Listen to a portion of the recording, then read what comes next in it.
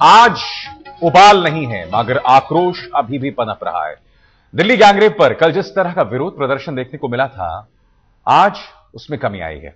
खुद प्रधानमंत्री आज सामने आए और देश के नाम अपने संदेश में कहा कि दोषियों को सजा जरूर मिलेगी। दूसरी तरफ गृह मंत्री शिंदे ने भी तत्परता दिखाते हुए आज इंसाफ का भरोसा दिलाया है। शिंदे आज फास्ट ट्रैक कोर्ट में जांच के सिलसिले में दिल्ली हाई कोर्ट के चीफ जस्टिस से भी मिल रहे हैं।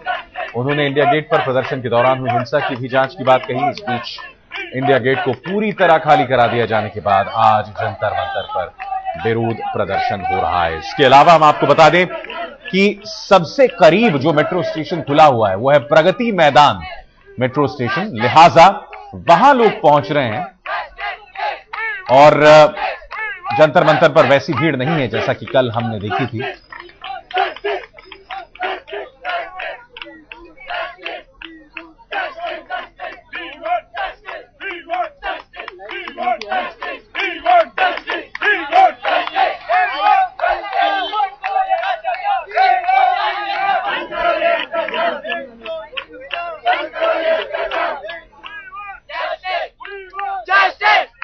आज रूसी राष्ट्रपति व्लादिमीर पुतिन दिल्ली में है, लिहाजा इस वक्त इंडिया गेट पूरी तरह से खाली करा दिया गया। हम आपको एक बार फिर बता दें कि दिल्ली के 9 मेट्रो स्टेशन जो कि केंद्रीय दिल्ली में या सेंट्रल दिल्ली में मौजूद हैं, नई दिल्ली में मौजूद हैं, उन्हें भी बंद करा दिया गया है ताकि लोग इंडिया गेट आसानी से न पहुंचे।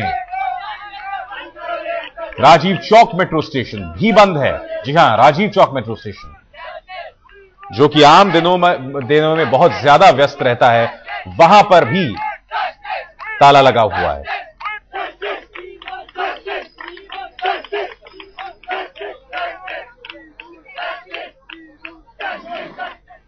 इस वक्त मेरे साथ जुड़ रहे हैं मेरे 3 सहयोगी। हम सीधे रुख करना चाहेंगे प्रगति मैदान का।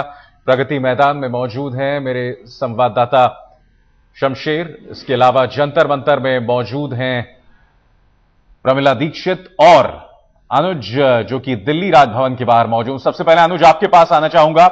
लेफ्टिनेंट गवर्नर साहब ने मुलाकात की, पिछले कुछ अरसे से उनकी आलोचना की जा रही थी कि इस मौके पर वो आखिर हैं कहां। आज जो उनकी मंत्रणाएं चल रही हैं, उनका मकसद क्या है अनुज?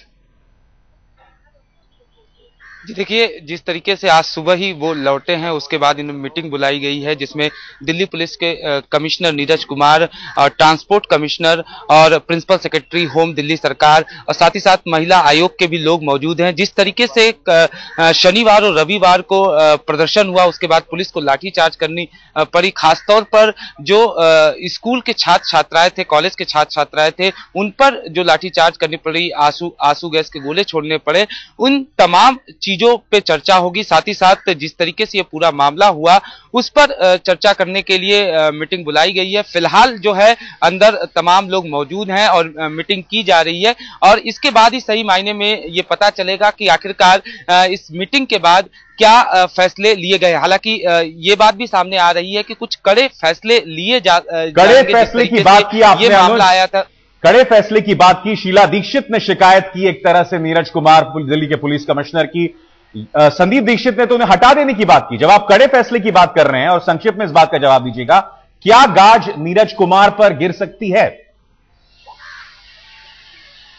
जी बिल्कुल, इन तमाम चीजों पे चर्चा होगी। जाहिर सी बात है, जिस तरीके से शीला दीक्षित ने ये कहा था कि नीरज कुमार को कहीं ना कहीं इस पूरे मामले में नीरज कुमार की कमी बताई थी, उसके बाद ही नीरज कुमार को तलब किया गया और इसी वजह से ये बातचीत की जाएगी और हो सकता है कि कुछ कड़े फैसले लिए जा सकते हैं। शमशेर, आप प्रगति मैदान में मौजूद हैं। इस वक्त प्रगति मैदान में क्या सूरत हाल है? क्योंकि प्रगति मैदान ही एकमात्र मेट्रो स्टेशन है जो कि बहुत आसपास है ग्राउंड जीरो के।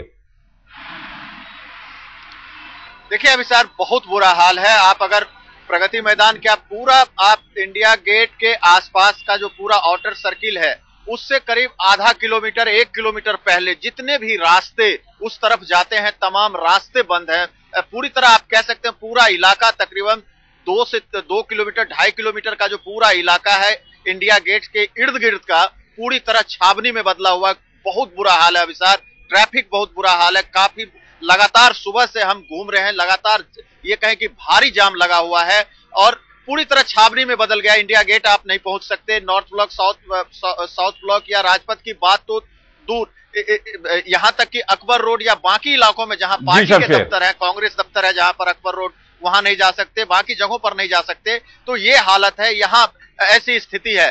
लेकिन दूसरी तरफ लगातार जिस तरह से कोशिश की जा रही है, आपको मैं एक और चीजें बताऊं कि 4 तारीख को गृह मंत्री ने तमाम राज्यों के डीजीपी और चीफ सेक्रेटरी की बैठक बुलाई है महिलाओं पर अपराध को रोकने के लिए। प्रधानमंत्री जनता को अपील करते हैं। जाहिर सी बात है, सरकारी स्तर पर लगातार कोशिश हो रही है कि लोगों का गुस्सा ठंडा हो, लोग शांति बनाए रखें। प्रवीणा, ये बताइए कि जंतर मंतर में आज काफी कम लोग पहुंच रहे हैं और एक बहुत बड़ी वजह है कि इन लोगों का कोई नेतृत्व नहीं है। क्या यह कहना सही है कि कम से कम जंतर मंतर पर यह आंदोलन अब काफी हद तक सांकेतिक हो गया है?